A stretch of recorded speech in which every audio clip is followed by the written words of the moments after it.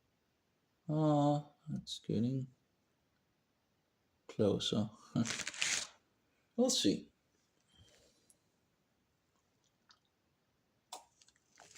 And of course, if you moved an application like applications that should Verbentine should probably be better than DLog in regards to that, as it's much better with smaller files. But in any case, closing, I guess. And let's see. It is getting very close to finish line, so I'll see if it actually finish. Oh, yeah, okay. So that actually was better than the D-lock. Okay. That was pretty good. That was pretty nice. Okay, to see that I actually did better, that's nice. That was also the one that I actually seems to. Okay, anyway, let's take the last one. That's the Kingstone. Let's take the Kingstone and see. Put it in. And well, that's kind of surprising. That's a good amount. It's like 15, what is actually 15, 18 seconds better. Is that correct? Let's see, 5, that's 40, and then 15, yeah, that's 18-second better in regards to Verbentine. Okay. Interesting. That's kind of interesting because it seemed like the other one was doing. No. Okay. Well, anyway, let's just focus on getting this one. Okay. Reset and paste. Oh, I was a little off, but only a little. So let's see how that does. That should do worse.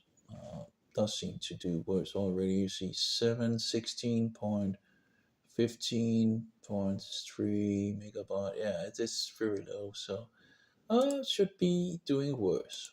Very interesting. D-log, Verbentine. But anyway, but the D-log should do worse with regards to the Verbentine winning in regards of bigger files. It's kind of surprising. I would have thought that D-log would have won on that, but I would think that Verbentine would win in regards of small files, like applications and all that, where you have a lot of small files. It should pretty much win on that. So yeah, it's running 12.7 megabyte per second in regards to the Kingstone. But again, if you don't format it, it might actually do a lot better. And again, apparently formatting it just ruined it. It didn't seem to do much with the other two. But the Kingstone didn't like the formatting for sure. So don't format the Kingstone if you want the full speed of the device. Because if you do, you might get this slow device that is terrible slow in regards to write speed. I think we'll get a pretty high score with this. That will be over 3 minutes. Maybe it will even reach 4 minutes. We'll see. Or 3.5 minutes now. Anyway, we'll see. Well, I think 4 minutes probably, maybe even worse, So. Doopy doopy doopy doopy doop.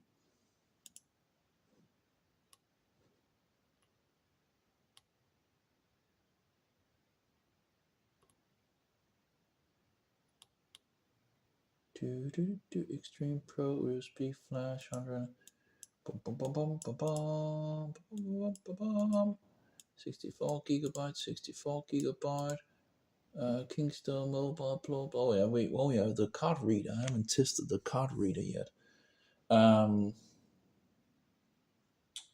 And of course, if it actually works when you put it in all the time, that would be amazing if it works a lot better than the other two in regards to that. Although it's pretty broad and all that, but it's just tedious to tick things in and out and in and out and in. Okay, we're over 3 megabyte and 3 minutes, and it's still going. I think we might actually be hitting into 5 or 6 minutes, maybe.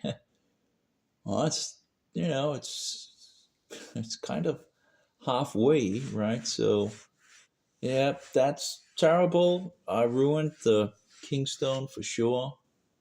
The Kingstone is extremely slow in regards to ride speed, and yeah, it wasn't at it wasn't so at the beginning in regards to the bigger. I think if I had run it without formatting it, it would actually have been at least 3 times as quick. It would have been. I think it probably would have been It should have been the fastest of the devices compared to the test that I made in the beginning. But it's kind of ridiculous that just the formatting ruins the card, or ruins the USB speed. That's just. It still keeps the 200 read, but the write goes down. Like now it's down to 9.49 megabyte. Just ridiculous. Yeah, the Kingstone absolutely loses on this. It just continues and continues. And, this test it has absolutely lost. It's still ongoing. Anyway, I wouldn't buy the Kingstone thing, and if you do, don't format it. The battle is pretty much between the Verbentine and the D-Lock, and I would pretty much go with the Verbentine as far as I can see. That has the best in regards to the lowest scores, although the D-Lock doesn't have that bad. Doesn't it's not that bad either.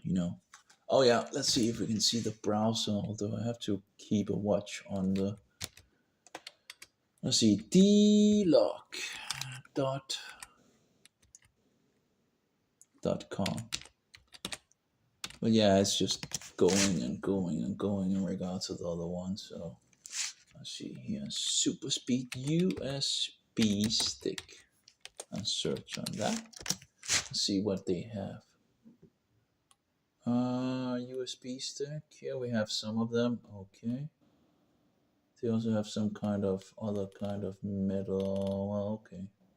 I guess they have a lot, but okay. Let's see here. Off. Well, we're still moving the files, and apparently it goes lower and lower in regards to megabyte. Now it's like 8 megabyte and 8.78 megabyte. Okay.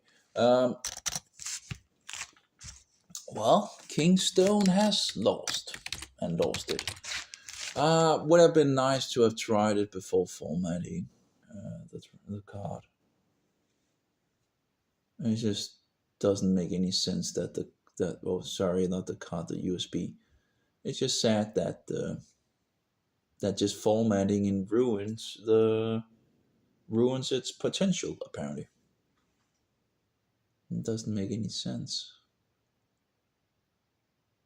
But I don't know if there's a specific Kingstone formatting tool that you can get, or maybe they just keep it to themselves or something like that. They must have some kind of thing that sets it up as as the specific speed, right?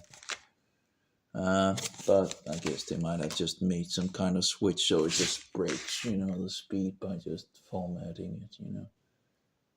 Just ridiculous. Absolutely ridiculous. 8.45 megabyte. 2 minutes remaining. Huh.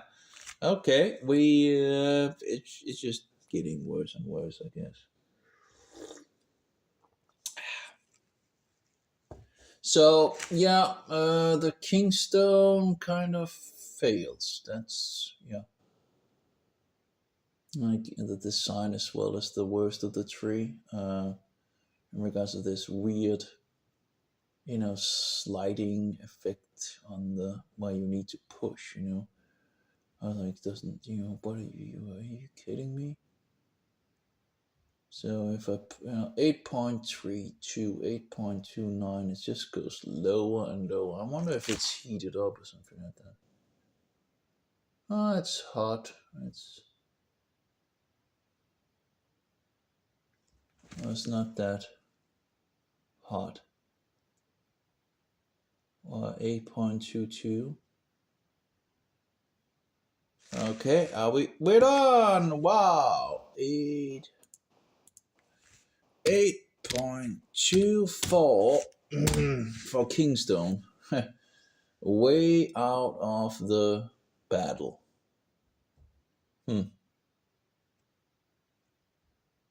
Yeah, okay. So that was absolutely terrible, and shouldn't have formatted it. And again, I don't understand. In regards of just it should be able to format the thing without breaking. Apparently not. Okay, that was absolutely terrible. 4 GB and all that. Let's try the SSD that I got from. Oh, that's a long one. It's a pretty long, but it's not heavy at all. It's pretty lightweight in regards to the SanDisk. Let's see here what they have of exFAT. Okay, let's try to paste it and we just reset that. Paste. There we go. That should be pretty quick in regards of, because that's an SSD. And yep, that's pretty quick. There's no comparison to that. I think that is nearly done already. Let's see here. Okay, 1, 2, boom, boom, boom, and we are done. So 28 seconds. That was a whole nother ballpark in some sense. So that's the SSD disk thing here and all that. Although a little more expensive as well. Although a little more space as well. So if you should compare the space and all that, you probably would get more expensive with the small USB.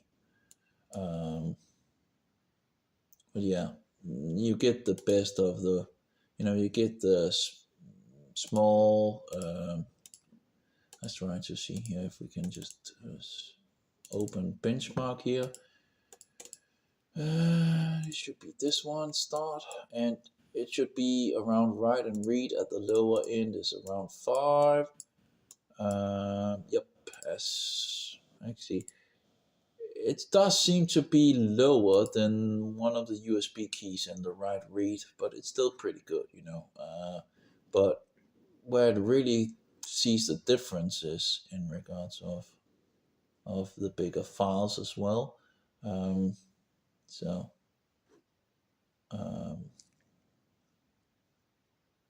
although I could try to format it, but it shouldn't change. I'll just make a test first.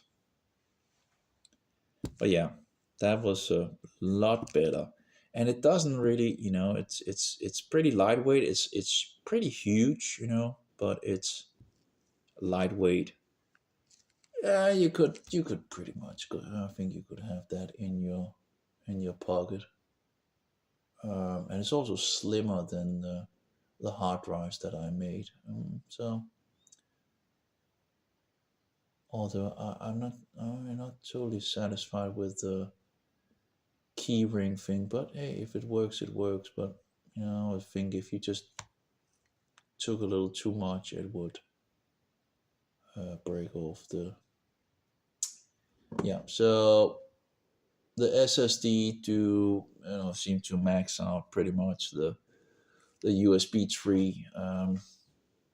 So we see some pretty good results. Yeah, it goes up maxing it out. So yeah, okay.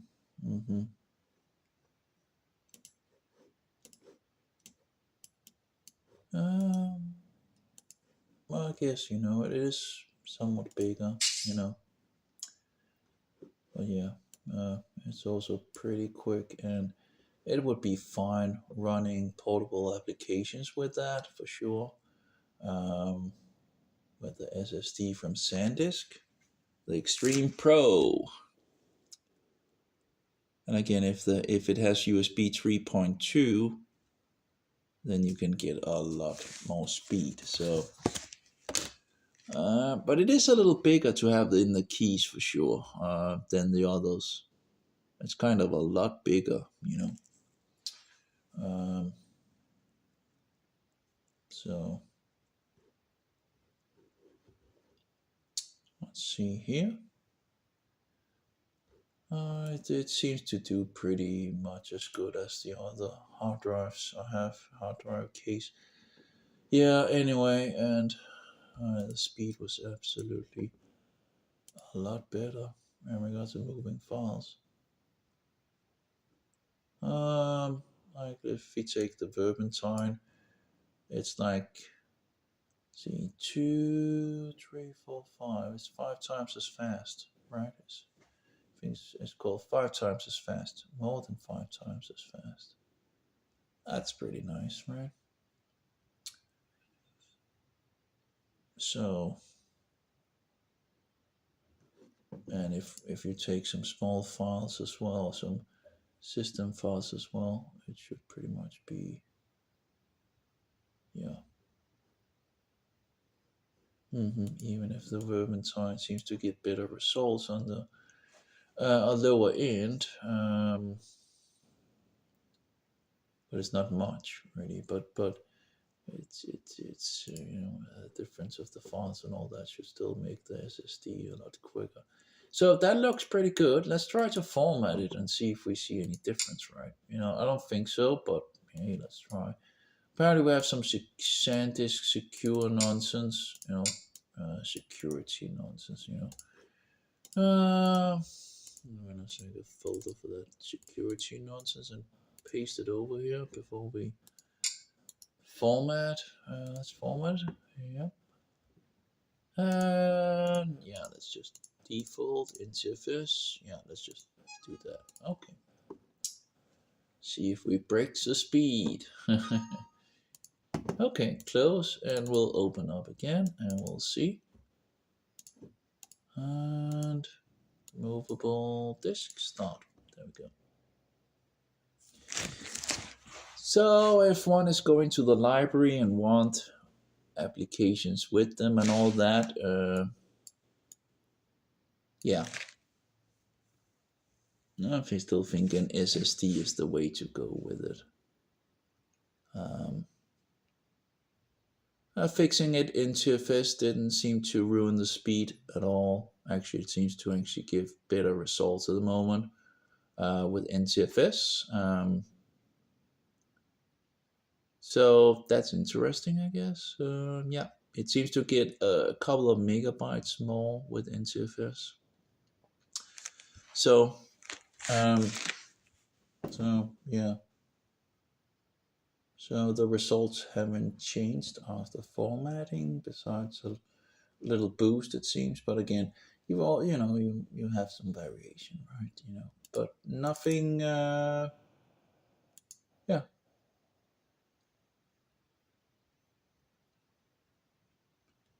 So do we have the Vermentine? Yeah, we have the Vermentine. Yeah. The Vermentine sucks in the right level when you get higher compared to an SSD. The SSD just there's no comparison pretty much. The SSD pretty much shoots it, actually at this level where I've tested the write and read in regards to the Vermentine, even if it actually gets, very nice results, at least compared to this one, it actually loses to the SSD. But if I run it again in regards to the Vermentine, it might get a little, but it's, both of them is pretty much in that level, which actually is pretty surprising that the Verbentine would do so good at the lower levels. That's pretty surprising. In regards to moving files and all that, well, I guess it seems to be the best of the three as well.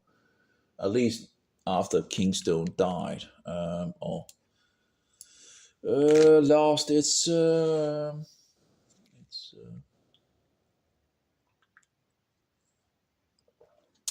lost its speedness. Okay.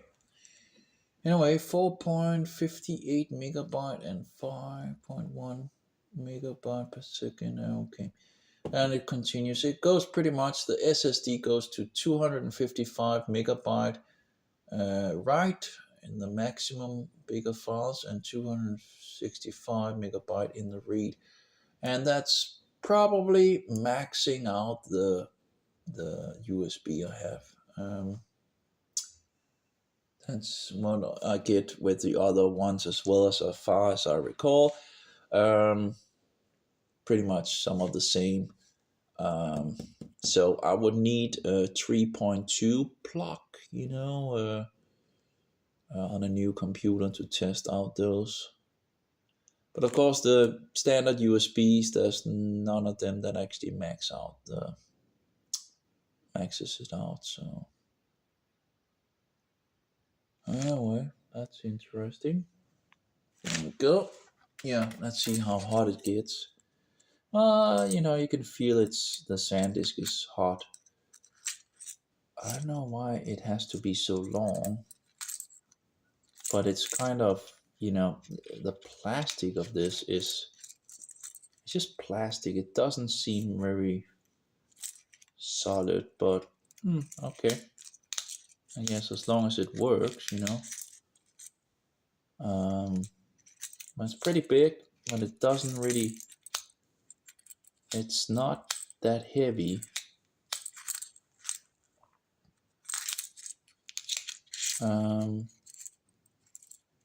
That's like a pretty big one to have in your keychain. Well, I guess it's not.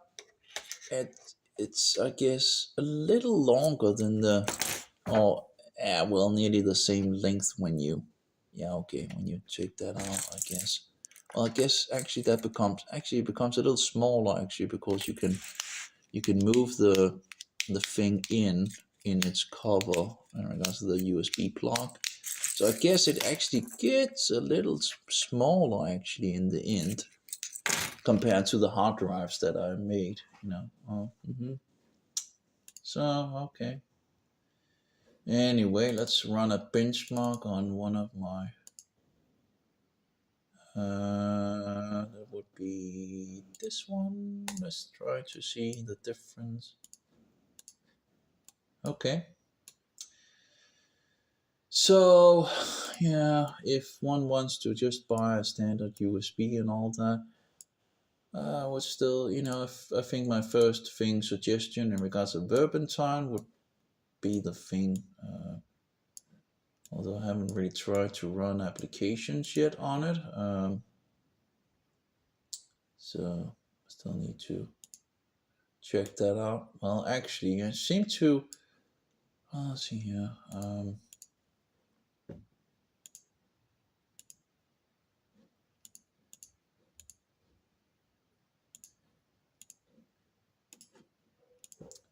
I do actually seem to get better results on my hard drive in regards to the lower levels than the SSD, or the USB SSD from SanDisk.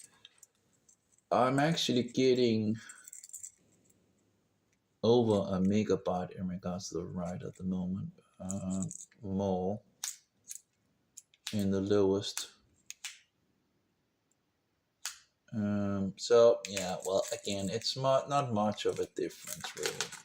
Oh, here we go. In regards to the write and the read, also seem to be a little more actually. That's also pretty interesting. It's not like a biggie, you know, but it is clearly more in regards to the write and the read.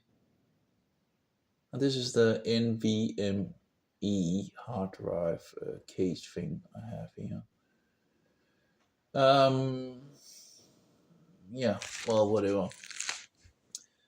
I would need to test this on a computer with 3.2 USB or something. I can't remember how much the cases actually do in regards to supporting, but that would at least be something I would need to not hit into a wall in regard, because it's pretty much hitting maximum either way, although there are difference between the two apparently in regards of um, um, you know, it's not much, but it's like 275 and 272 that it does at the moment with my NVMe hard drive case thing, USB. That's better than the SanDisk. Although the SanDisk is, I guess, smaller when you pack it in, and it protects the thing, right? And it also slimmer,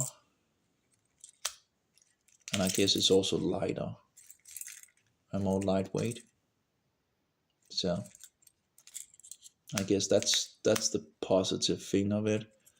Although again, you can only get 1 terabyte. I guess it depends on how much things you want on the device, right? If you want a system on it and data and all that,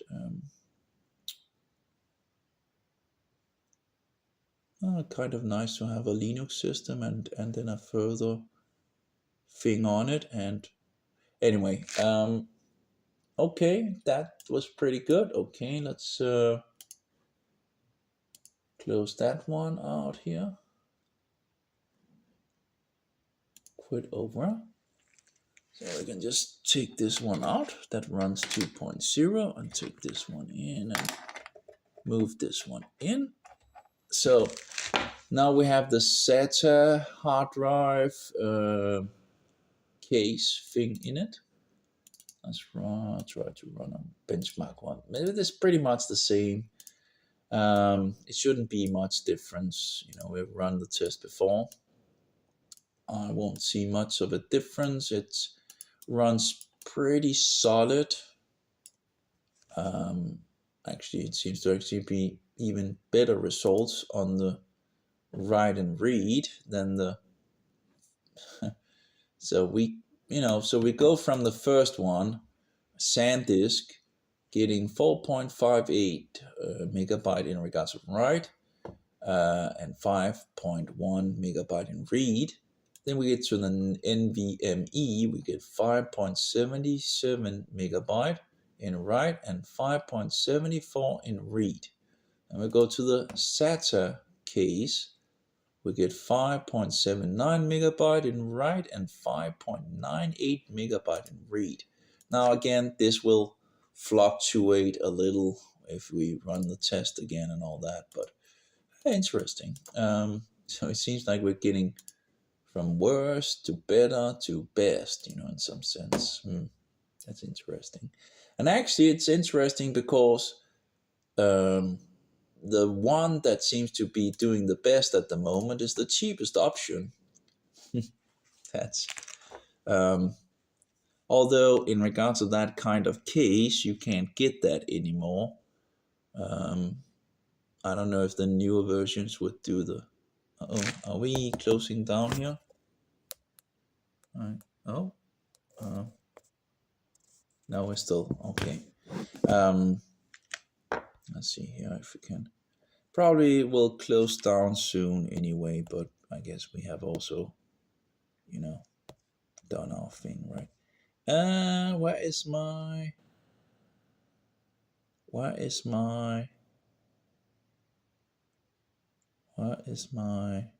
camera? Camera. Oh, it's down here. Okay, but anyway, we got pretty much around that. I still need the micro SD to check and all that. Of course, the idea with the USB things, I can just fix some music over them and attach them to, you know, one of the speakers or something like that, and have some kind of music, and you can see difference in regards to the tree. I don't think I will end up well, I guess actually on the player, the smaller might actually be the better in regards to not jumping too much out of the player. So I guess, but I guess, it doesn't really matter in regards to the speed if I'm using it for MP3. Um, but yeah, then I think the D-Log would probably be the best fit because that's the. Of the three. Um, but anyway, it's kind of you couldn't use this as a, that's way too big to have in the thing at the side. So the smaller the better, and D-Log would probably be the best at that point. It is the smallest of the, yeah, it's the D-Log is the smallest of the three. So if you really need something small that doesn't go out and all that, the D-Log would be the thing. Let's see, yeah, it's, I don't know how far it would, Rick, yeah, if it's still sticking out a little, I guess it's still sticking out more than maybe the one from SanDisk, that I have somewhere. Let's see, an old the old one from SanDisk. I have it somewhere. It should be somewhere. Maybe it's on. That's a good question. Oh, this could be. Oh, up here. Let's see here. So, so that's the one from SanDisk. I guess see here how far that goes out compared to this one. Oh, it's kind of hard to, well, let's see here. Okay, the other one is, let's try. Okay.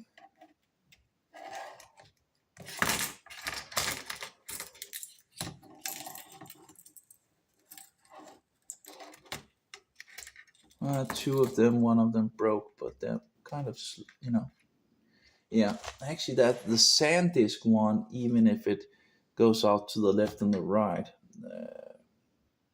actually is shorter. That's the one here. It's actually shorter than even the smallest of the others. So, which is nice if you don't want things to, like, go too far out.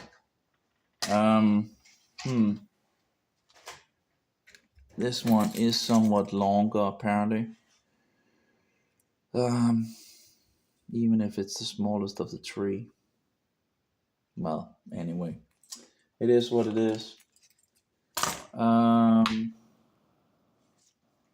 So yeah, we pretty much got this, well, actually, I get a little lower results on the write on the SATA and a little better on the read compared to the NVMe, NVMe. So a little difference, but again, it's just not worth really. It's not a, the differences that we see are just not very big. Then of course one can run the test of seeing which one can actually continue more before it actually begins to go downhill with it. So you could take like this one, or let's see, this, we could take the SSD and run 256 times. The first one being the SanDisk here, and of course it's not going to be that slow when we are running with the SSDs, but that will pretty much do a lot of things moving and this and that, so it should heat the device up, and it's sometimes these kind of begin to move downward, which seems to be because I think because of heat issues that it down throttles. Oh, I'm not sure what else could do it, but maybe some kind of buffering or something like that. Maybe I don't know. We still get 4.62 megabyte in write, and we get 5.05 megabyte in read at the lowest levels. Again, that's still the most important things, which is also the reason why the Verbin time seems to, as far as I can see, to be the best option for portable applications. Um, if one wanted something very small, um, it should, in theory, be the best option as far as I can see. Um, but I guess the D log or whatever it's called doesn't seem to be that bad either. But yeah, the other one seems to be the. But yeah, really, if you want to be like totally have it all, then the SSD comes into speed. Then you can really, then you have the fastest of the fastest, and you can, you really really run your portable applications and all that. So it's running. It does seem to already begin to go down in regards to speed.